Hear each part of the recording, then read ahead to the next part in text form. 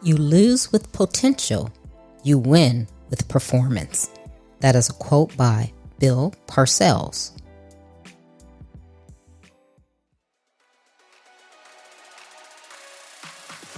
Welcome to Trina Talk. This is the podcast where guests share their stories of pursuing their passions, living a fulfilled life, and empowering others. Each week, I talk with inspiring leaders, business owners, and people with amazing stories from around the world in unscripted conversations as they share their successes and failures. This podcast is all about empowering you to keep striving in your personal and professional life. I am your host, Trina L. Martin. Hello. Welcome to episode 155. The topic of this week's episode is present performance versus potential. My guest this week is Bobbi Kahler. Bobbi is an entrepreneur, author, and coach. She has been an entrepreneur since the age of 34. Bobbi has led workshops for thousands of people. She has worked with some of the most recognizable brands on the planet. During that time, she has coached upward of 3,000 people. At the heart of it all, she is a servant of anyone seeking personal growth and transformation. Both her undergrad and graduate degrees were fueled by her passion for helping others achieve personal transformation and the belief that we can write our own life story. She is the author of Travels of the Heart, Developing Your Inner Leader. She was a contributing author to the Amazon and New York Times best-selling book, Masters of Success, and she is the host of her podcast, Unyielded, Thriving No Matter What. Hi, Bobbi. Welcome to Trina Talk. Thank you so much for having me. This is fun. I am glad to have you here. I mean, you are doing some amazing things, but how we started off here in Trina Talk, I always ask my guests to tell the listeners who you are and how you came to be the Bobbi that you are today. Oh boy, that is a long journey. But the short answer would be I am a wife. I'm a mother to two foster dogs, not foster dogs, rescue dogs. And I am a big sap when it comes to animals. I just have to be very honest about that. Professionally, I'm a coach and I love coaching. And I think what led me to coaching was as a kid, I had really severe speech problems. And I actually had one speech pathologist. He told my parents, he's like, she's never going to talk correctly. And I had two people show up in my life, my mom and then a teacher. And both of them showed me the power of when you step into that role and you're a coach for someone and you believe in their potential instead of their limitations, you can change the world that way. You can change lives. And I think that's why I fell in love with coaching. And that's why I do what I do. Wow. Interesting you say that because on a previous episode, I spoke with someone who was saying that they were coaching because they were a swim coach, and they said they were coaching their students incorrectly because they were saying like the negative instead of, saying the positive and affirming to get the results out of them. And then when they realized that and changed, then also did the students' performance change. So it's very interesting, the power of someone, saying that they have confidence in you and that you can do it. So that's very interesting. Yeah. Makes a big difference. Yeah, it does. It just is how you frame it and how, people receive it. It is a big difference. Mm-hmm. Wow. So how long have you been a coach? Did you work corporate, any jobs? How did you get to the place where you said, okay, this is not only my passion, but this is what I was meant to do? Yeah. So I think that no matter what job I've had, coaching and if it's training, facilitation, whatever, has always been a part of it. So that was just a natural love. In 2000, I went out. I was working at a law firm in Chicago, and it was a big size law firm. And I was doing their training. And I thought, I love the training aspect. I love the coaching, but I want to do more. So I started my business in 2000, and I started doing some coaching then. In 2008, I went back and got my graduate degree from Case Western over in Cleveland. And that had a major coaching and leadership focus on it. And I got to study with some of the world's best thought leaders when it comes to this stuff. So I was like so lucky.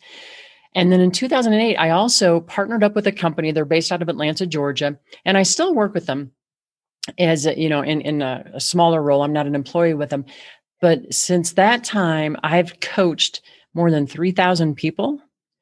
And it's some of them are very large corporations like American Airlines, Merck, really big companies. And some of the companies no one's ever heard of, but they're small, dedicated companies. And coaching is the piece of it that I love the most, because it's how we help someone go beyond their present performance and to really tapping into their potential. And I think a lot of times people don't see that those are two separate things, and they're really separate, and I know that from my personal experience. I know that from coaching as many people as I have. And it's just kind of my love. It's always called to me. Wow. So explain to the listeners how those two things are different. The present performance and potential. Okay. So present performance is simply where we are right now, right? Our potential is what we can be. So an example is, I mentioned one of my teachers. He was Mr. Jordan. And so I had speech problems, and the speech pathologist was right. I had terrible speech problems. He wasn't off base. So when I was in the 8th grade, as you can imagine, I hated speaking in public, and I was terrible at it. I don't know if you had to do this in school where you had to read like a paragraph out loud, and hated that because like it was across the room, and I'm trying to figure out which is going to be my paragraph because I wanted to read. And then someone would always be the overachiever, and they'd read 2 paragraphs. And it would totally screw things up. Like, no, stop. So I hated it. And I thought, you know what? I need to get to a point where I can speak, at least to talk in front of a class. So I decided in high school, I was going to take a speech class, and my speech teacher was Mr. Jordan, and just, dumb luck, he was also the coach for the speech and debate team. And so my first speech, it was terrible. And I'm not being hard on myself. It was truly, truly terrible. I stuttered through it. I rushed through it. It was just bad. And at the end of the class, the bell rang, and Mr. Jordan said, "Bobbi, can you stick around for a minute?" And I thought, he's going to tell me not to come back. Like, he's going to tell me it was that bad not to come back. And instead, he said, "Would you consider joining the speech and debate team?" And I said, I remember like being kind of confused. And I looked at him and I said, "Were you in the room for that speech?" Because it was bad. And he said, and he just kind of smiled, and he's like, "Yeah, it wasn't very good." But he said, "I think you've got potential." Oh. And he said, "I think that if we work together and we both work hard and we're a partnership," he said, "I think you could do really well in this." So that's the example, right? My present performance, it wasn't good, but my potential was way greater than I thought it was. And the cool thing about it too, and this is what I love about coaching too, he saw more in my potential than I saw in me. And I always talk about it this way, like coaching is holding up that mirror. Because I don't know how you are, but either you've probably experienced it for yourself, or you probably know people. We're so hard on ourselves that sometimes the mirror we look in, it's like that funhouse mirror. Right? It's so distorted. And sometimes we just need someone else to hold up that really powerful mirror that's accurate. And sometimes you do have to, like, there are shortcomings, right? There are things that we need to tweak or whatever. But by and large, it's that positive image of what we can be. And that's what pulls us forward.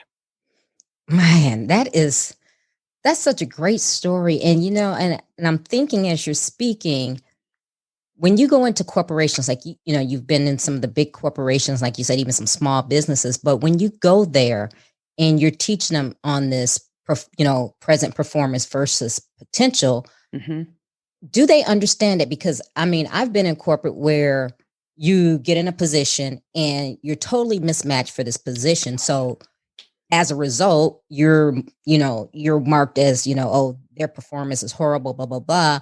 No one ever takes the time to say, okay, maybe they're just mismatched. Let's find where they're better suited.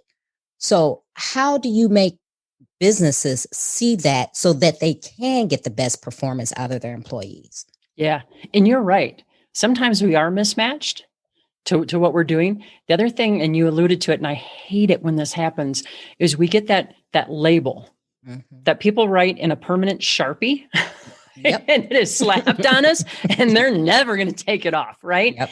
And I hate that because it's one person's opinion, and it can really follow us throughout our career. Sometimes it's accurate. I'm not saying that we're never accurate, Right. but I always think if we're going to slap a label on someone, it better be written in pencil because it can change. So that's number one. One of the things that happens in the type of work I do. So one of the things I do is I help managers learn how to coach their employees. Because think about it. Most managers become managers because they're really good in their position. They've never been taught how to coach, right? So we have a workshop where everyone learns the same language. We learn the methodology.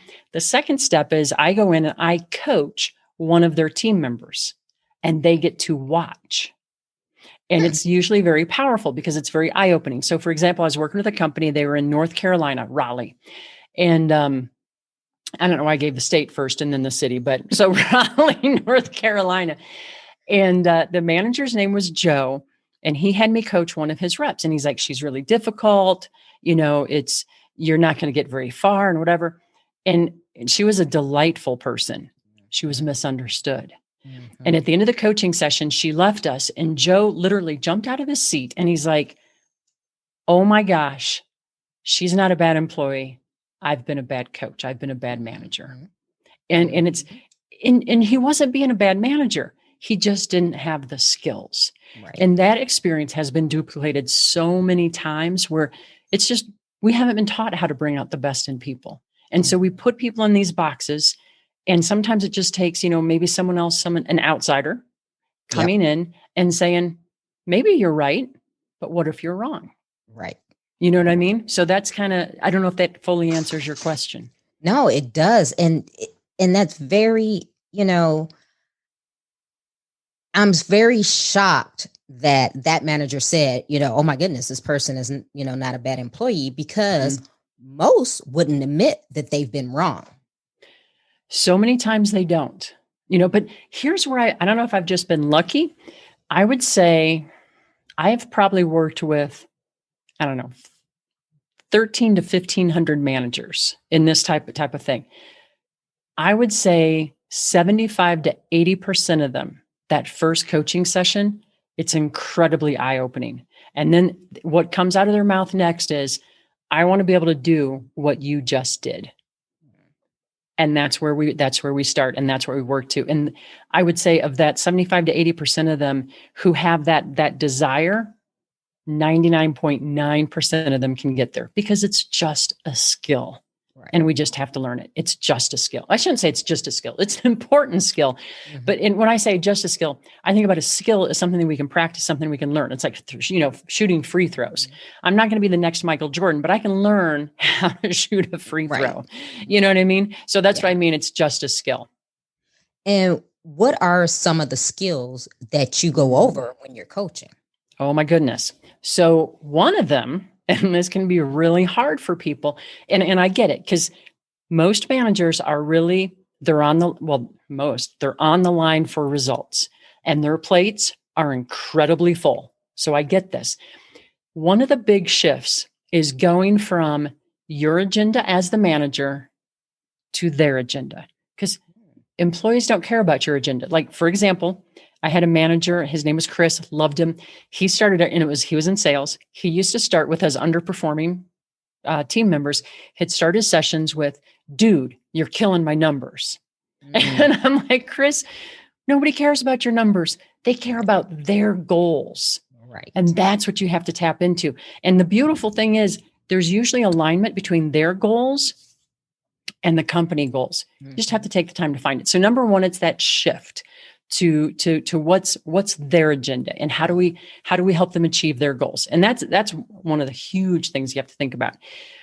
The second thing, and there's a lot of stuff, but you also want to make that shift from telling to asking questions, because coaching is about increasing the person's self-awareness.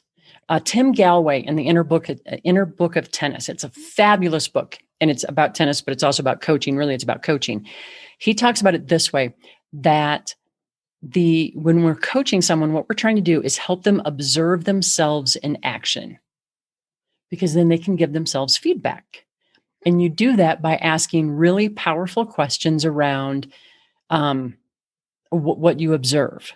So instead of saying, hey, you really messed up on that, well, that's just going to make a person defensive. Right. But if you say, hey, during that presentation, how did you feel, when XYZ happened? Or I noticed, at this part of the presentation, this happened. Tell me what was your take on that? Or what were you thinking at that point?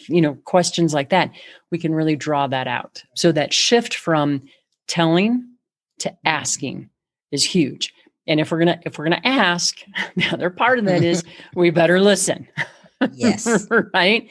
Yes. And really listen, like set aside our assumptions, set aside our judgment, and really be present in the moment. And it's not really a skill, but it's a mindset more of being curious. Yes. Because if we're curious, we can't be judgmental. We can't. One of the things I learned in grad school in neuroscience was we can't be both judgmental and curious at the same time. So if we're really curious about why a person's doing what they're doing and how they're performing and how we can help them, they can feel that. And conversely, if I'm judging you, you can probably feel it. And if you can feel it, the wall goes up. We can't coach at that point. So those are some of the main things I'd say. Wow. And it's funny because the telling versus asking, that is very important, because most managers, they only key in to the negative. So like you said, the person was like, hey, you're killing my numbers. That's usually how it comes to you, right? You sit in a performance review and they never say, well, hey, what were your expectations for this year? It's, well, you didn't do this. You didn't do this. Okay. Yeah, you did that. But, so it's very demotivating. And I've always wondered, when are businesses going to get it? Yeah. That is not how you inspire your people to want to work with you. Not even close, right? Here's the other part of that. We should be helping people see what they're doing well. Right. Because we can build on that. And I can't tell you, Trina, how many times over the years I've had managers say to me, like with one of their employees, they're like, she used to do X, Y, Z, and then all of a sudden she quit. I don't know why she stopped doing it, because it was so good. And my first question back is, did you ever say it was a good thing? Right? If we don't tell people what they're doing well, they don't know. One of my professors, his name's David Cooper Ryder, and he's the father of appreciative inquiry. And he puts it this way: what we appreciate appreciates. Yeah. It grows. Yep. And our human spirit calls out for that. And it's not that we ignore the negative, right? It's not that we ignore where we need to get better. It's our approach. And it's so important. Wow. Yeah. So how long does it take with you working with these companies? Do you go in repeatedly? Do they get it? Or are they resistant? How are they receiving this? It varies, right? So sometimes there is resistance. And I would say it really comes down to how well the upper leadership does. It's saying, this isn't flavor of the month. This is a change. This is the direction we're going. By and large, though, I think most of the managers, they want a different approach. They're managing the same way that they've been managed, right? So when they see that there's a different approach, and the different approach is far more effective, when they see that, it's easy. Like, I was working with a company, very large car insurance company, and and we often do pilots, right? To kind of see how's it going to work in this organization. So we had one group, multiple groups, they came through training with me, and then we did the coaching. And then we had other groups that just continued to do what they were doing. The groups that did not go through the training and coaching, and it was a sales organization, they were at 83% to goal. The groups that went through with me, and they were all pretty equal before the training. The groups that went through with me, they ended up at 128% to goal in the same time period. Wow. When managers see that, it's really easy to get on board, because the results can be stunning. And it doesn't, surprisingly enough, it doesn't take that long. For most managers, 6 to 8 weeks. And that's enough for them to start to really learn it, for it to be kind of, and I don't want to say embedded because we all have to work on it, but you start to see significant results pretty quickly. I think that's inspiring. That's its own momentum. Yeah, that's a big difference. That's a big difference. Mm-hmm. So how do they find you? I mean, because normally for companies to get to the point where they're like, okay, we need some help, something just tragic has happened. Something big. Yeah. So what is it and how do they find you to say, okay, we're not doing it right. We need somebody else to come in. Yeah. I think you kind of nailed it. Most companies tend to know, like, okay, it could be a change in leadership. Yeah. And like I had a client in Iowa where they had their CEO, it was a new CEO came in and he's like, guys, we're making changes. So that can be one. We call it compelling events. So sometimes maybe the market changes, right?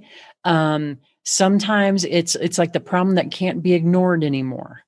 And actually that's a good thing, because if people know that there's an issue, they're way more apt to try to solve it than if it's like, hey, everything's great. So that's kind of, I think, the way that it becomes visible to them. Some of the ways. Yeah. So they're at a point where they're like, okay, yeah, we need to do something.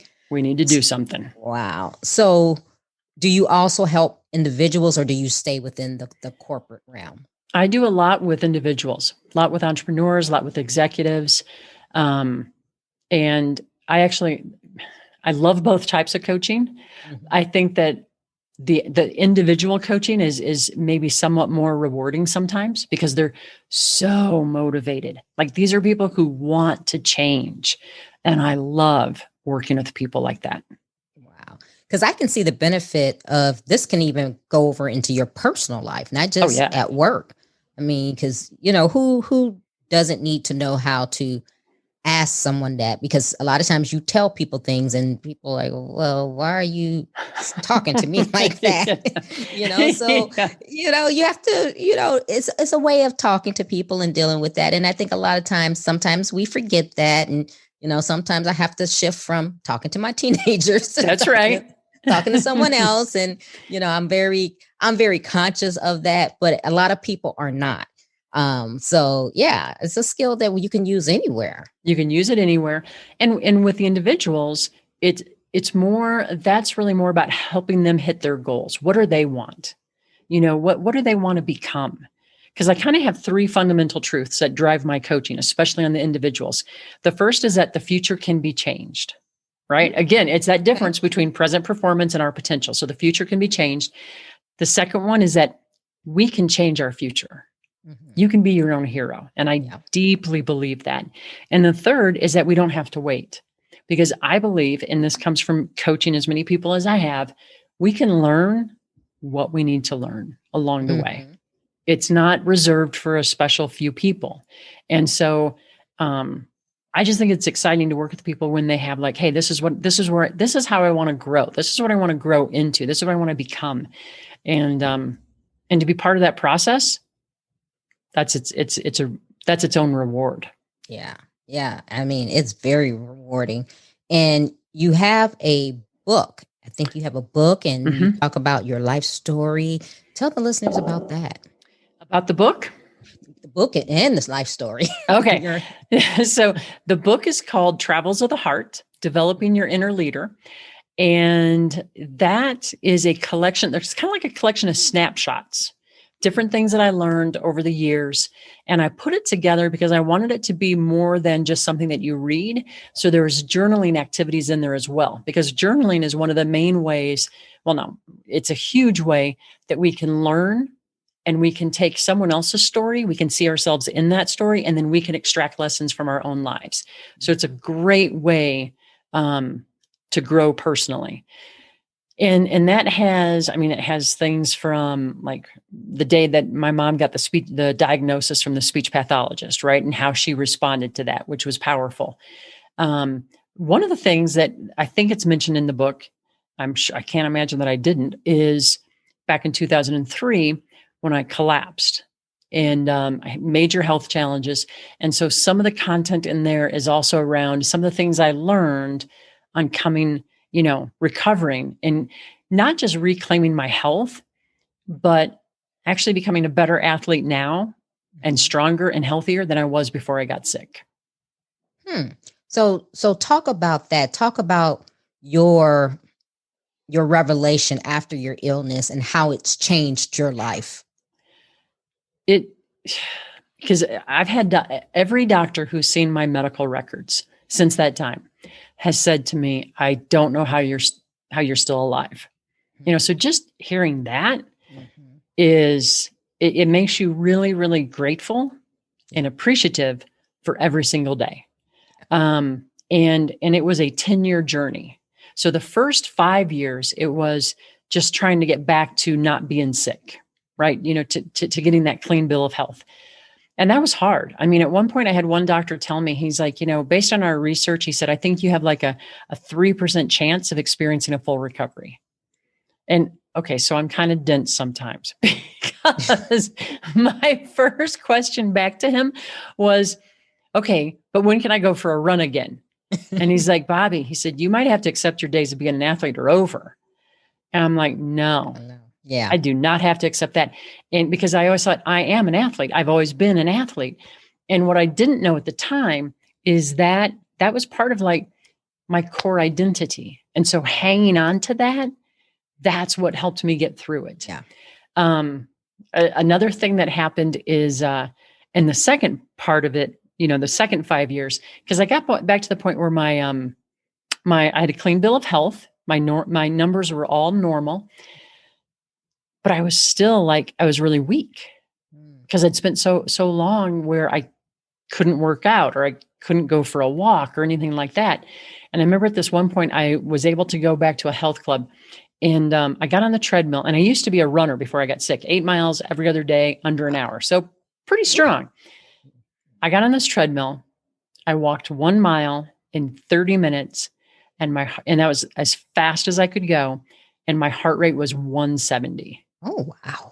I mean, that's bad. Yeah. That's really high. And I remember I was so I was crushed, and I got off the treadmill, and I'm at this, women's workout world. It was in Chicago and so one of the guys that was working there, he came over because I was fighting tears because I'm like, my God, this is such a deep hole. And he's like, what's wrong? And I told him, and he said, it's just where you are today. He said, keep doing the work. Keep doing the work consistently. Keep doing the right stuff. Don't push too hard. He said, it will get better. And again, that's the present performance versus potential. And I think about that all the time where I'm like, okay, so no matter where I am right now, that's okay. Because I can move myself forward. So those were some of the, the other thing that happened is I don't take my health for granted. Yeah. And I safeguard it very closely because I'm not going through that again. Wow. Yeah. Man, yeah, and it's funny because it takes something like that for us to see just how precious life is, our days, our time. So I have had similar things, and I'm very aware of my time. I'm like, nope, I can't waste time on that. Nope. I got other things to do. If you're negative Nancy and you're throwing off some bad energy, I'm quick to let you go. So I'm like, nope, don't have time for that. Yeah. Because it is. It's you don't realize how those thoughts and the energy and things like that really pull on you, not only mentally, emotionally, and physically. Yep. It's huge. It can be just like this albatross around your ankles in a way. You know what I mean? And it's like, life's too short. It's too short. Yeah, you might as well just go jump in a lake somewhere and drown. But I think when you have something like that, you start seeing things differently. The other thing that happened, I don't know how you are. I'm kind of a classic type A personality. I like to get a lot of stuff done. It's an affliction, right? I love my to-do list. I do. And I love crossing things off my to-do list. My husband always jokes with me because if I vacuum the floor and it's not on my to-do list, I will put it on my to-do list so I can cross it off. I'm not joking. That's just bad. But so when I was sick, I couldn't do that. Right. I couldn't have 10 things on my to-do list. So I started a practice that I continue to this day. And every day when I wake up, I think, okay, if I can only do one thing today, what should that be? And it's amazing how focused you become. And you can be so effective that way because it just brings it into clarity. Yeah. What's most important? See, and I'm going to take that because I need to do that because I'm like you, I'm a type A. I need to get stuff done. Then I have like OCD where I'm like, okay, it has to be this way. And sometimes I make myself overwhelmed. That's what it is. And I remember being with my friend and I was doing something and I was like, yeah. And he was like, okay, I need you not to let your ADD. That's a good friend that can say that to you. And I just had to laugh because I'm like, okay, yeah, I did jump from one thing to the other. He was like, yeah, let's work on the first thing. Okay.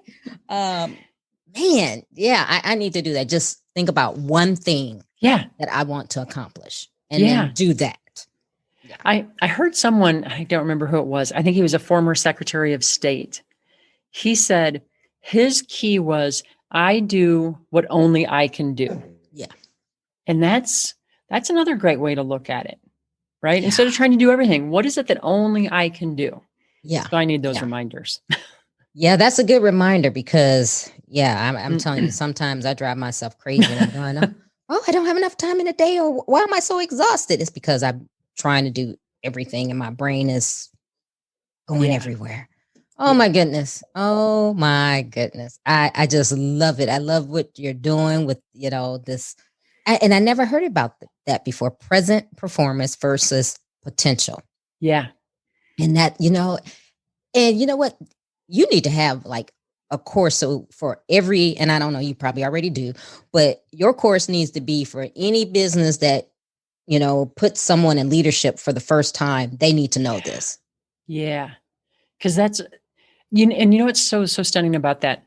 I've worked with managers who have been managing for sometimes 20 plus years. Mm-hmm. And when they go through the program with me, one of the things I hear the most, it's the first time that the company's ever invested in training for them. That's not fair. Yes. It's not fair. Yeah. And, or what they've invested in is really, it's like, okay, this policy, that policy. And it's like, really? It's like, I think you can go beyond policy, or you need to think beyond policy. I remember having this one supervisor. He was so adamant, so proud that he knew that, well, the policy says that, if you're 15 minutes late in the morning, you have to take your personal time, but nobody goes by that. And I'm thinking, nobody goes by that because it's stupid. You don't know what traffic is. And my thing is, if someone like works through lunch or they're working later, you're calling them, it all evens out in the wash. So why are you going to say, well, you were, 16 minutes late for work today, so now you have to take your personal time. Yeah. So it really kills me when there's people like that can spit the policy, but then when it comes to just the human factor and the things that really matter, they have no clue on how to do that. No, because we're people. And how about if someone's 16 minutes late, how about finding out, did something happen? I mean, one time I was coaching, it was an organization out in California. The person I was supposed to coach, the manager, she was late. And I'm like, well, that's not like her, because it was the third time we'd met. She was in a car accident, totaled her car, still showed up. I'm like, why are you here? You should be like home or in a hospital or, being checked out. Yeah. She's like, oh, I didn't want to miss it. And I'm like, we can reschedule. You totaled your car. But find out why. Why is someone late? Maybe something happened. Who knows? But have a conversation. Right. Don't tell me policy. Right. Don't tell me policy. But, something like this, your coaching is very necessary. Like I said, because you have people like the one, gentleman you were saying that was a manager for 20 plus years. But you'd be surprised how many people are like that in even new managers. I've come across people who just got in positions and they have no clue on how to deal with people. They think it's all about, okay, I tell you to make 10 widgets today. You're going to make those 10 widgets and then I'll grade you on your performance. And we'll have a couple meetings in between and that's it. Well, it's really a lot more than that when you're talking about being a leader, running a business is so different, and people just don't know it. They don't know it. What's sad too about what you're describing there, I've had so many of those new managers quietly, like when no one else is around, say, I feel like such an imposter. Right? Because they're like, now I'm managing people who have been here longer. I'm expected to know all these things. And I'm like, no one's expecting you to know all these things, right? Humility goes a long, long way. But when we feel that, we put up this shield, and I think that's when we start reverting to policy, and not that policy isn't important, right? I mean, they're there for a reason, whatever. But yeah, I think it's tough. It's tough being in business. Yeah, well, they need to get a lot of coaching, because I've come across some really bad managers, and I'm like, how did you get this position again? Yeah, you're leading people. It's like, no, people. We have to remember, people are people first. Yeah, Yeah. Sorry that you've had those experiences, because it's painful, right? And they stick with you. Yeah, it's very painful. I mean, and I know I'm not the only one, but it's very painful, especially when, and I don't think anyone gets up in the morning and say, you know what, I'm just going to go to work and be a crappy employee. I don't think people do that. But then when you get to work and you're dealing with a manager that is crappy, you're not too inspired to go to work. So, you're like hitting the snooze, and you're like, okay, I got to go because I got bills to pay. But that's such a bad way to think about going to work, especially when we spend most of our life at a job. You want to at least get some kind of fulfillment from it. Yeah. And that relationship you have with the people on your team is so critically important, right? Because it's either motivating or it's demotivating. And you described it perfectly. When you have to keep hitting the snooze alarm because you don't want to go in and who wants that? Yeah. I also think too that post-pandemic, I think there's going to be a lot of changes where there's a lot of people who are saying, you know what, things have to change. Yeah. And I don't know, maybe that'll be a wake-up call. Don't know.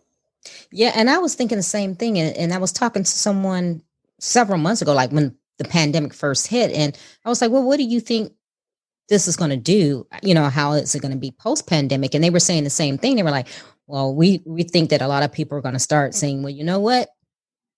I lived through this. I don't need to go back to work to take this crap. I'm going to, be at home. I'm going to do my own thing, whatever. And it's so true, because I think what the pandemic has shown all of us is, one, being resilient, pivoting, even though that's such a buzzword now. Yeah. But, yeah. And, you think about, okay, I can do this. It just takes some focus and things like that. But people are not going to want to drive, whatever it is, fight traffic, drive, do all these things to go to work, to come home and be miserable. Yeah. I mean, think about some people's commute. It's 3 hours round trip. Oh my goodness. That's a part-time job. It is. It is a lot of time to be on the road in a car and stuck in traffic. You're like, oh my, and if you live in DC, you might as well forget it. Well, Houston's no picnic when it comes to traffic. I've been there a couple times. Like, oh my goodness, this is bad. And I'm from Chicago. I know what bad traffic can look like. Yes. I said the same thing, because as we were talking before the show, we were both saying how we were both from Chicago. And I said the same thing when I moved to Houston. I was going, from Chicago, and I think this is horrible. It's horrible. It's bad. A lot of people. It's a lot of people. I mean, Texas is big. Oh my goodness. All right, Bobbi. You know what? This is a conversation that you and I can continue forever, because as you see, I got a lot of, scars. Well, you're not alone. I got a lot of scars that need to be healed and I need to recover from, but we got to move on to our questions. Okay. All right. So, okay, here we go. Who or what motivates you? Who or what? I am, okay, a two-part answer there. I'm kind of one of those intrinsically motivated people. So I'm always trying to compete against myself. How can I be better than the last time? So that's part of it. And I think the other thing that motivates me a lot is the Mr. Jordan, right? Just wanting to pay that forward, what he gave to me. And so that motivates me in terms of why I do what I do. Nice. What demotivates you? Mean people. No, I think life is too short, man. There's no need for it.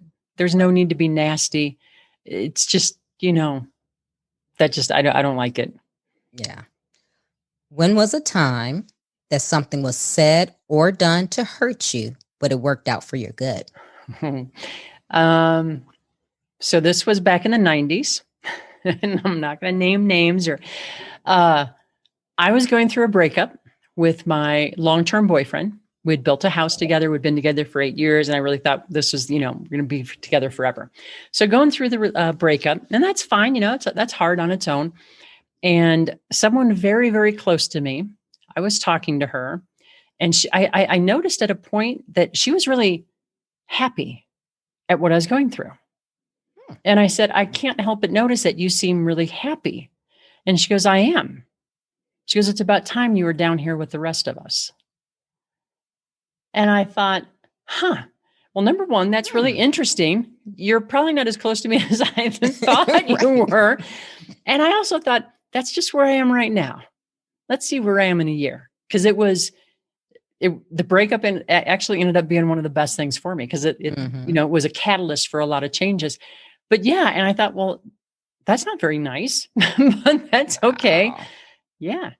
Interesting. Yeah. You got rid of that friend too, didn't you? Yeah. I can't say. Oh my goodness. Oh, that was, yeah. Okay. Moving on. Yes. What is your fear? Oh God. Okay. So I don't know if this is what you mean by, my biggest fear, snakes. Me too.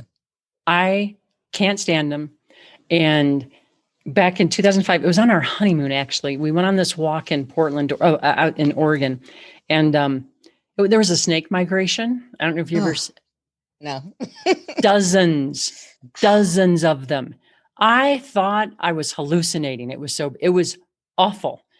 So that's my biggest fear. I'm one of those people, like, I'll jump in, I'll learn something new, I'll put myself out there. But oh dear God, I do not want to see a snake. See, I don't like snakes either, but no. Okay, so I'm going to pause the question. So what do you mean by snake migration? It's where you can actually look it up on the internet, and they'll show pictures, but I wouldn't recommend looking at them. So literally there are dozens, if not hundreds of them moving at the same time. So on this, yes. So on a 4-mile hike, like every step, there was another one. It was... my husband was like, he goes, just keep walking. He goes, just keep. And he went first, and he's kicking rocks to clear him off the path. It was horrendous. Absolutely horrendous. Were they coming like out of hibernation or something? I don't know. I don't know why they do it. I have no idea. But I never want to see anything like it again. Oh, okay. That just creeps, right? Yeah. Okay. All right. Oh, is there a time when you wish you had done something that you didn't? Probably a lot of times. One that stands out to me. This was early 90s, and I just moved back to Illinois because my mom was a bit, I don't want to say estranged from her family, but very distant with her family. So I moved back to Illinois, and a lot of the family was around. And so I didn't really know them very well. And it was an Easter, and I was at my aunt's house. And I was very unsure of how people felt about me because of the issue with my mom. And I remember I was getting ready to say goodbye, and my Uncle Jerry was in one of the rooms. And I just stood at the door and I said, hey, everyone, I'm taking off. And I could tell, like, he wanted to get up and maybe hug me, but he was uncertain and I was uncertain. So I just waved goodbye. Mm-hmm. And shortly after that, he had a stroke. Oh. And it was like, oh my gosh, that was, I could have given him a hug. And the one redeeming thing was he was in the hospital, and I got to go visit him before he died. And I was the only one there. So I sat down next to him, and I was holding his hand. And I just said, Uncle Jerry, I'm so sorry that I didn't come and give you a hug, because I really wanted to give you a hug. I just didn't know if you wanted me to. Mm-hmm. And he, at this point, he couldn't talk or anything, but he squeezed my hand. Oh. And I thought, you know what? Lesson learned. Yeah. I'm giving hugs from now on. If a person doesn't want to hug, they can tell me stand back. Right. But right. I'm not gonna experience that again. Wow. Because it hurts so bad. Yeah. Okay. Is there a time that you wish you had not done something? I think about when I got sick and what led me to get sick. And it was being the classic entrepreneur, not taking care of myself, skipping workouts, not eating right, not getting enough sleep. And I'll never do those things again because I understand how critical it was. I mean, and actually on that question, how much time do you have? Because there's probably tons of things from my past. Keep on going. And actually that one right there just hit home. So I was like, okay, that's me. Yeah. Nothing's more precious than our health. And to make decisions that sacrificed it, laying in bed for 18 months, because that's how, I mean, I was in bed for that long where I couldn't even get up. I mean, I couldn't brush my teeth for a long time. And to know I did this to myself by making bad choices. Wow. That was painful. Okay. So like I said, that's me. So thank you. Yes. Thank you. You have just, made me be very aware of what I'm doing. What is your definition of success? Ooh. My definition of success is one, being able to look at myself in the mirror at night and to say, I'm proud of what you did today, or I'm proud of, so feeling good about that. Also, I think, knowing that I'm helping other people, that's really important to me. And I think it goes back to my mom and Mr. Jordan. So I think those are the two. How do you recharge? Oh, nature. Nature, being outside and exercise. And I don't even want to call it exercising, playing outside. Because I don't like to think about it as exercise, right? When we were kids, did we have to exercise? No, we went outside and we played. So I live right here next to Rocky Mountain National Park. And we moved up here because of cross-country skiing. It's my favorite thing in the entire world. 2 years ago, I got to go out 97 times for cross-country skiing. Last year was only 77. It was real disappointing. But I also love road cycling. I love mountain biking, disc golfing, hiking, paddle boarding, anything that gets me outside in nature and I get to play. That's how I recharge. Wow. What are you awesome at? Ooh, what am I awesome at? I don't know. I make a real mean minestrone. I can tell you that. Yeah. But what am I awesome at? I would say the feedback I get, let me go to that, is I'm really good at helping people see and believe in new possibilities for themselves. That's a good thing. Yeah. That's a good thing. What legacy do you want to leave? The legacy I want to leave. I want people to remember me as the person that inspired them to reach for their potential and not their present performance, and not be limited by their present performance. All right. Give the listeners one motivational takeaway. I think it goes back to the day my mom got the news about my speech problems. And she told me what he had to say, it's catastrophic. You'll never speak correctly. There's no hope of overcoming it. And my mom whispered in my ear, she hugged me and she whispered in my ear. She said, we're not going to listen to him because you never let someone else tell you what you can or cannot do. And to me, that has always been, no one gets to tell me what my limitations are. Right. And we don't have to choose our limitations. I'm going to choose my potential. So that would be it. Wow. So tell the listeners how they can connect with you, get your book, if they need your coaching, the whole 9 yards. Okay. So best place is my website, bobbikahler.com. There's a place to reach out to me there. And also my podcast is there too. My book's on there. My book's also on Amazon, just Travels of the Heart. I'm also pretty active on LinkedIn. So it's just Bobbi Kahler on LinkedIn. I'm also on Facebook and Instagram. Yeah. So that's how they can reach out to me. And what I like to do, if it's okay with you, I always like to make an offer when someone's kind enough to have me on a podcast. If your listeners are interested in coaching for the day or two after it comes out, just if they type in the name of your podcast, when they reach out, I'm happy to extend like a 50% discount. Oh, wow. Just that's for your very listeners. Nice. Thank you. Very nice. I appreciate you having me on the show. And I think that's one way to pay it back a little bit. Well, thank you. And you know what? Before we end, we didn't talk about your podcast. So let's talk about that real quick. Okay. So it's Unyielded, Thriving No Matter What. And I started that about a year ago because I thought there's so many cool stories out there that need to be told, and people need the inspiration and also some tools. And you probably have the same experience, but I've gotten to meet so many cool, interesting people. Like there's someone, I just interviewed him. He's a former NFL player. And his story is just, it's moving, it's inspiring, and he helps people like tap into what story do we tell ourselves? And if it's a negative story, how does that hurt us? And if it's a positive story, how does it help us? Right. So I don't know. I'm loving it. Oh, wow. I gotta subscribe to that one. I like that. Wow. Well, Bobbi, thank you for being on Trina Talk. This has been amazing conversation. And I'm going to connect with you on LinkedIn. So we're going to have to keep in touch. Perfect. I loved it. Thank you for having me as a guest. If you like Trina Talk podcast, please don't forget to go out to iTunes and rate it 5 stars and leave a review. Also, who else in your life do you know that needs some motivation and inspiration in their lives? Don't forget to share Trina Talk with them. I hope you have a great week. And remember, if you change your mindset, you can change your life. Keep striving, because success is a journey, not a destination.